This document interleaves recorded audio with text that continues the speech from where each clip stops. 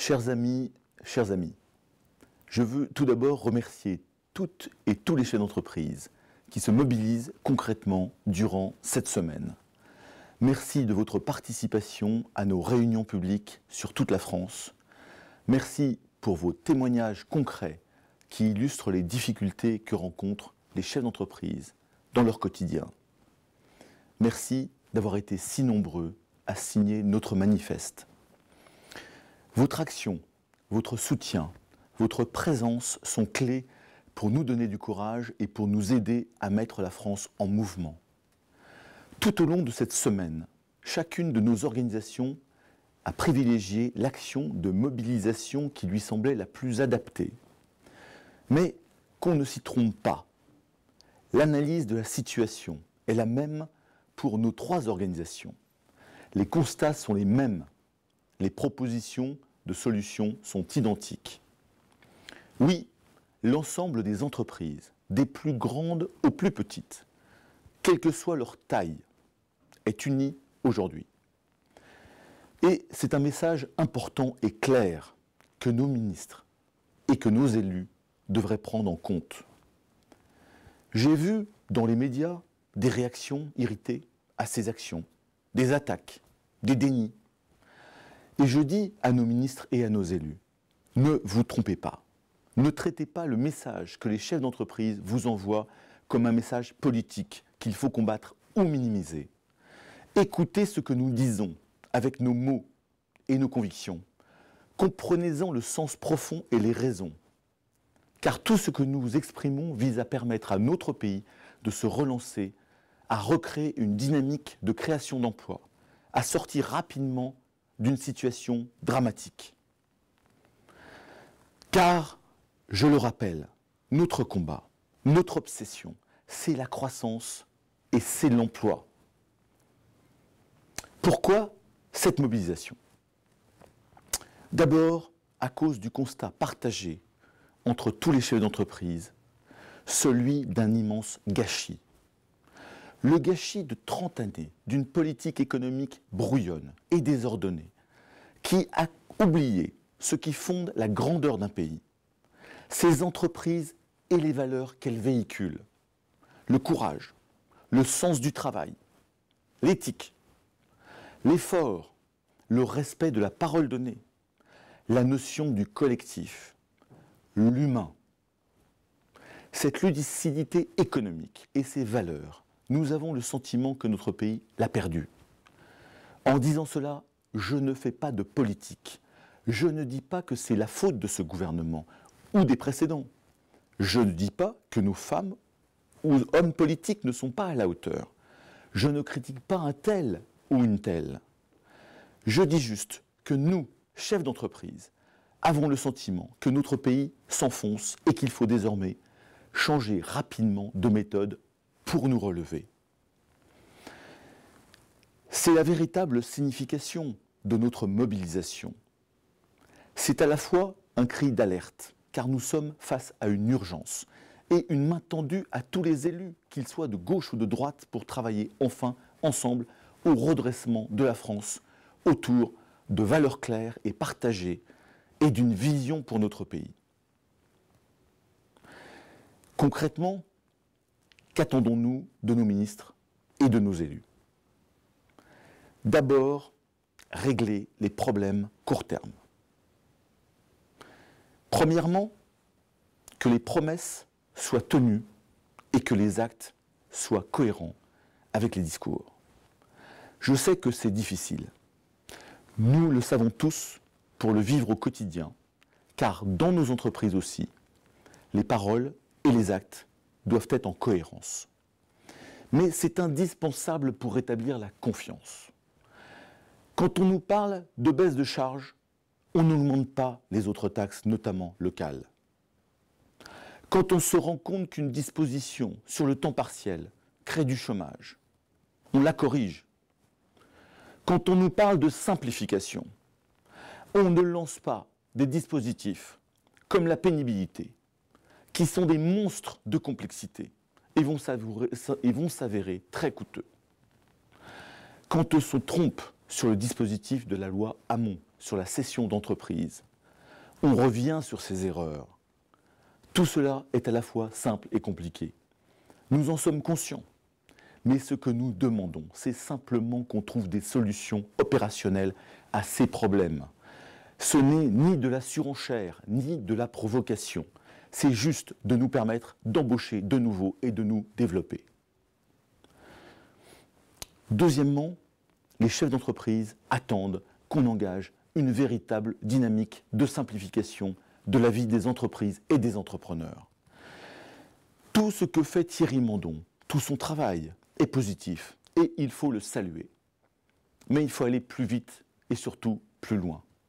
Comment?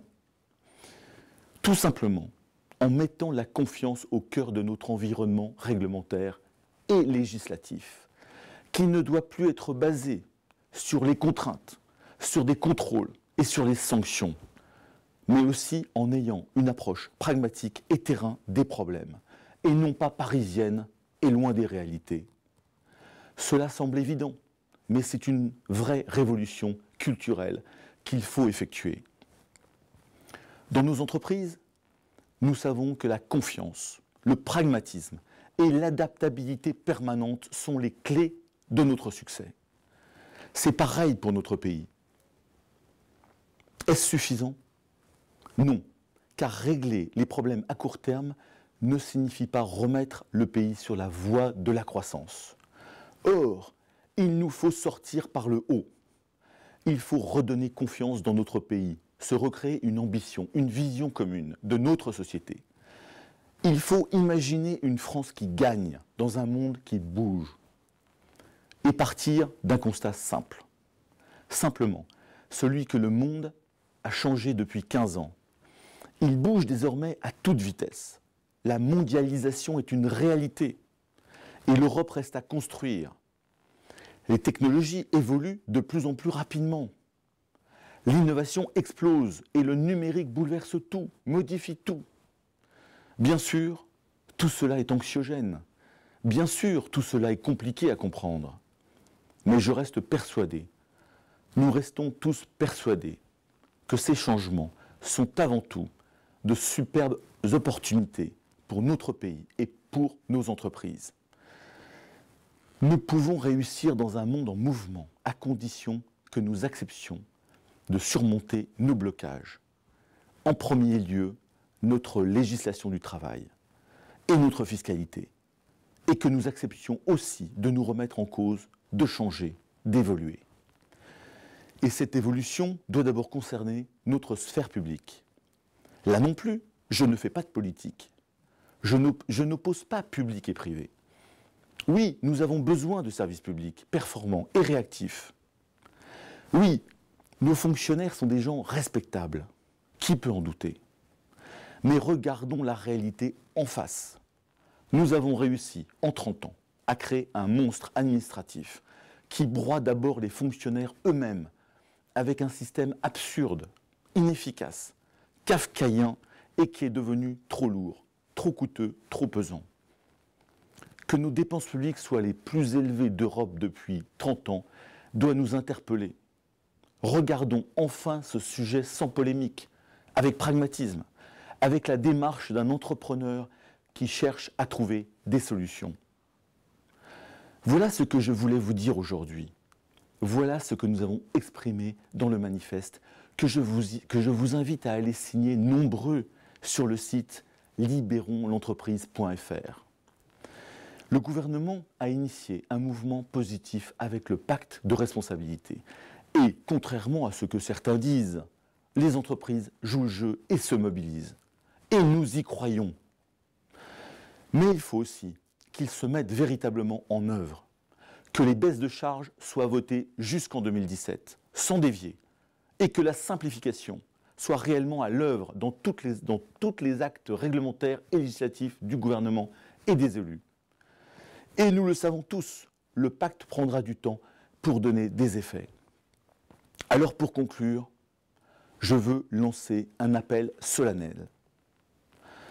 Monsieur le Président de la République, Monsieur le Premier ministre, Mesdames et Messieurs les ministres et les élus, quel que soit votre bord politique, Soyez au rendez-vous de l'histoire pour notre pays.